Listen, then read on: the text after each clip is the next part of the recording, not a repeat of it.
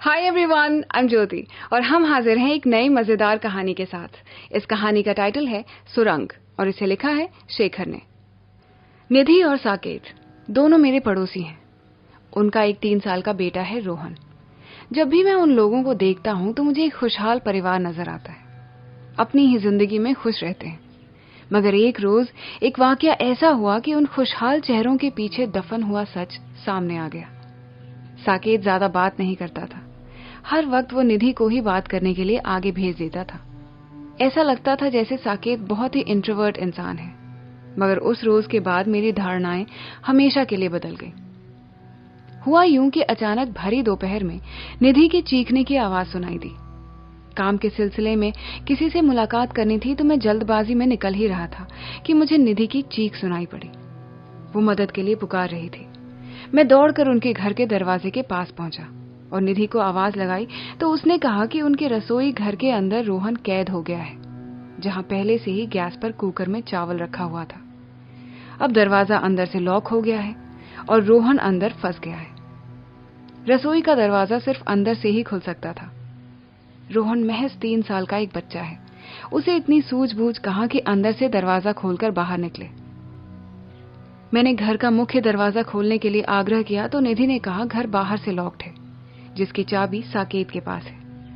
मुझे अजीब सा लगा। भला घर में पत्नी और बच्चे को बंद करके कौन बाहर चला जाता है। मैंने निधि से थोड़ी देर रुकने के लिए कहा। वो बहुत घबरा रही थी तो मैंने साकेत को कॉल लगाया, मगर मुझे पहले से पता था कि साकेत फोन नहीं उठाएगा। जो इंसान बिल्कुल बात नहीं करता हो वो भला फोन क्यों उठाने लगा।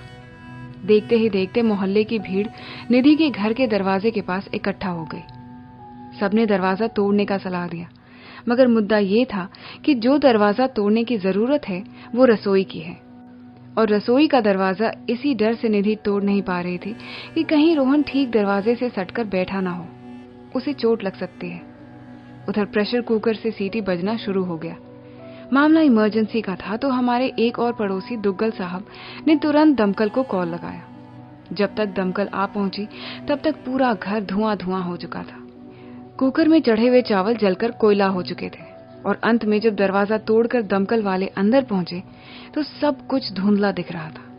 दमकल के आने तक बाहर से लोगों ने निधि की चीख सुनी और एक वक्त के बाद सब कुछ शांत हो गया।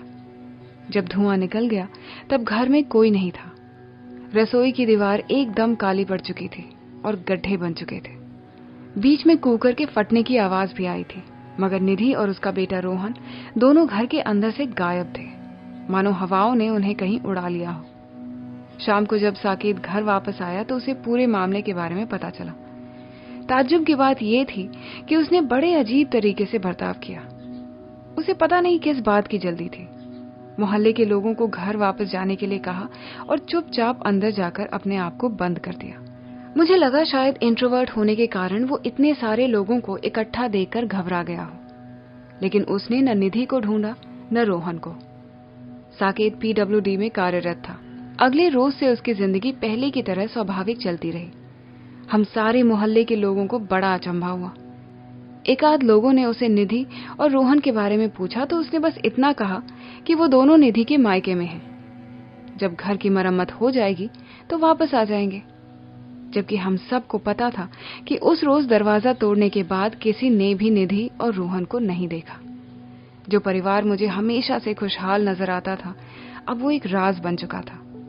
मोहल्ले का हर एक इंसान इस राज का पर्दाफाश करना चाहता था, मगर कैसे। गली के नुक्कड़ पर, चौराहे पर और बाकी दुकानों पर इसी बात की चर्चा होने लगी। हम सबको लगा था कि दाल में कुछ काला है, लेकिन करते भी तो क्या करते। कोई पुलिस कंप्लेंट नहीं तो कोई तहकीकात नहीं। बस यही प्रार्थना करते थे कि जहां भी हो वो दोनों माँ बच्चे सलामत हों। लेकिन कुछ रोज के बाद इस मामले से पर्दा हटा जब साकेत के यहाँ इनकम टैक्स डिपार्टमेंट की रेड पड़ी। उन्हें कुछ भी हाथ नहीं लगा और वो लोग वापस चल दिए। साकेत को क्लीन चिट भी मिल गया। लेकिन उस रोज मुझे मामला कुछ कुछ समझ आ गया। उड़ते हुए खबर आ पहुंची कि साकेत के घर के रसोई में इनकम टैक्स वालों को एक बहुत बड़ा सुरंग मिला। कम से कम जमीन से 25 फीट नीचे एक छोटा सा घर बना हुआ था, लेकिन वहां कुछ भी नहीं था। इस घटना को अब 6 महीने बीत चुके थे लेकिन निधि और रोहन अब भी वापस नहीं आए। मुझे पता था कि जो कुछ भी है कहीं ना कहीं उस सुरंग के नीचे दफन है, लेकिन क्या है ये समझ के बाहर था। एक रोज मेरी एक पब्लिकेशन से किताब छपवाने की बात चल रही थी और उनका हेड ऑफिस दिल्ली में था, तो मैं दिल्ली जा पहुंचा। वहां मेरी पब्लिकेशन के एडिटर से मुलाकात हुई। क्योंकि आमतौर पर मैं रहस्यमय कहानियां लिखता हूं, तो उनकी रहस्यों पर चर्चा होने लगी। तभी एडिटर साहब ने आसाम के शिवसागर नाम के एक छोटे से गांव के बारे में जिक्र किया, जहां गांव के हर एक घर में लोगों ने सुरंग बना रखा है, ताकि अगर कोई मुसीबत आए तो वो लोग उसी सुरंग में जाकर आश्रय ले सकें। आसाम में हर साल बाढ़ आती रहती है, तो हो सकता है कि उससे बचने के लिए लोगों ने सुरंग बनाया होगा। वो सुरंग वाली बात जैसे मेरे दिमाग में घर कर गई। मुझे अब निधि तक पहुंचने का एक जरिया मिल चुका था।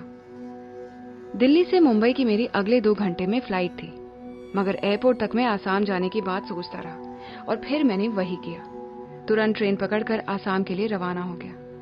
कुछ दिनों तक मैं शिवसागर में ही रहा और अंत में मेरी मुलाकात निधि और रोहन से हो ही गई। इतनी छोटी जगह में भला कौन छुपकर रह सकता है, लेकिन वाकई में इस दुनिया में छुपकर रहने के लिए वो जगह बहुत छोटी थी और महफूज भी। निधि ने पूरी वाकयात बताई तो मुझे मालूम चला कि साकेत दरअसल जो दिखता है वो है नहीं। वो हर रोज निधि और रोहन को अंदर बंद करके बाहर जाता था। निधि को किसी से मिलने की इजाजत नहीं थी। साकेत ने पूरी दुनिया से निधि का नाता तोड़ रखा था और जब भी किसी पड़ोसी से बात हो तो निधि को आगे भेज देता था, ताकि किसी को यह शक न हो कि निधि साकेत के गिरफ्त में है। दरअसल निधि और उसका बेटा रोहन दोनों पिछले 3 साल से साकेत के गिरफ्त में थे। रोहन साकेत का बेटा नहीं था। निधि जब पेट से थी तभी एक हादसे में उसके पति गुजर गए। साकेत की पोस्टिंग उन दिनों शिवसागर में थी। वो निधि के पति का दोस्त था। कई मर्तबा उस हादसे से पहले वो घर आ चुका था। पति के निधन के बाद निधि को सब अंधेरा सा लगने लगा। वो हर रोज टूट रही थी, मगर उसके दर्द को समझने के लिए उसके पास कोई नहीं था। निधि ने घर से भागकर शादी की थी, तो उसके घर वालों से भी नाता टूट चुका था। फिर एक रोज साकेत ने निधि से शादी का प्रस्ताव रखा। वो पेट से थी और उसके घर वालों से कोई नाता ही नहीं था, तो उस वक्त उसे साकेत ही सही मालूम हुआ। इस घटना के और अंदर तक जाने की मेरी चाहत थी, मगर निधि ने साकेत के अतीत के बारे में कुछ भी बताने से मना कर दिया। मैंने उस रोज के बारे में पूछा तो उसने बस इतना कहा, इस राज को अब राज ही रहने दीजिए। वो सुरंग मैंने ही बनाई थी और मैंने ही भर दिया है। तो मैंने पूछा, क्या सही में उस रोज रोहन रसोई में कैद हुआ था? निधि ने कहा, नहीं, उस रोज से पहले एक बार रोहन कैद हो गया था, कुछ 1.5 साल पहले, और उसी रोज रोहन की सुरक्षा के लिए निधि ने सुरंग खोदने के बारे में सोच लिया था।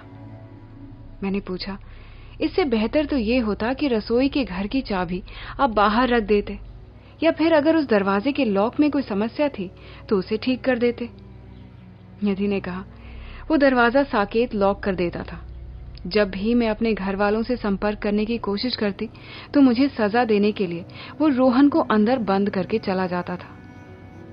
रोहन उसका बेटा नहीं था और इसलिए उसे कोई परवाह ही नहीं थी। मैंने पूछा, तो वो तुमसे चाहता क्या था? अगर तुम्हारे बीच प्यार जैसा कुछ नहीं था तो क्यों साथ रहते थे? तुमने पुलिस में कंप्लेन क्यों नहीं की? एक छोटी सी समस्या का समाधान निकालने के लिए तुमने इतना बड़ा अध्याय जोड़ दिया, क्यों? आईटी ने रेड किया था? निधि ने पूछा। मैंने कहा, हाँ। निधि ने कहा, 3.5 करोड़ कैश रखा था उसने वहां, ब्लैक मनी। इतने दिनों से अत्याचार सह रही थी, मेरा बच्चा सह रहा था, तो क्या बस एक आसान तरीके से समाधान निकालने के लिए मैं पुलिस को बुला लेती? मैंने पूछा, तो वो पैसा तुम ले आई हो अपने साथ? निधि ने जवाब दिया, नहीं, बस इतना लेकर आई हूं जितने में अपनी जिंदगी संवार सकूं। बाकी उसी सुरंग के उस पार दफन करके आई हूं। उस आईटी रेड के जरिए मैं साकेत को एक संदेश पहुंचाना चाहती थी कि अगर इतने बड़े रकम और खुद की सलामती चाहते हो तो हमें जाने दो। वो अगर हमें ढूंढने की कोशिश करेगा तो सबसे पहले हमें उस सुरंग में ढूंढा जाएगा। मैंने शांत लहजे में पूछा, ये सब बातें तो ठीक है, मगर क्या यही एक वजह थी कि आप साकेत से इतनी नफरत करते हैं? बड़ा अजीब तरीका है आपका। अपने आप को बचाने के लिए मुझे अभी भी लगता है आप कुछ छुपा रही हैं। क्या है ये? मुझे गुत्थियों में मत उलझाइए। आपका शुभचिंतक हूं मैं। मेरे सब अंदर ही रहेगा। निधि ने अब आखिरी बार कहा और उसके बाद मैंने कुछ नहीं पूछा। उसने कहा, उसके पति स्वर्गीय अशोक कुमार जो कि शिवसागर के PWD में कार्यरत थे, उनके ऊपर 3 करोड़ के घपले का लांछन लगा। ये लांछन वो बर्दाश्त नहीं कर पाए और अंत में गले में रस्सी लगाकर खुदकुशी कर ली। अब सारी कड़ियां आपस में जुड़ रही थी। अब समझ आ रहा था, हो सकता है कुछ चीजें निधि अपने नजरिए से बोल रही हो, मगर मकसद साफ था, बदला। उम्मीद है ये कहानी आपको पसंद आई होगी। अपने दोस्तों के साथ इस वीडियो को जरूर शेयर करें। हम अगले हफ्ते फिर मिलेंगे। Don't forget to subscribe to our channel. Take very good care of yourselves and thank you for listening.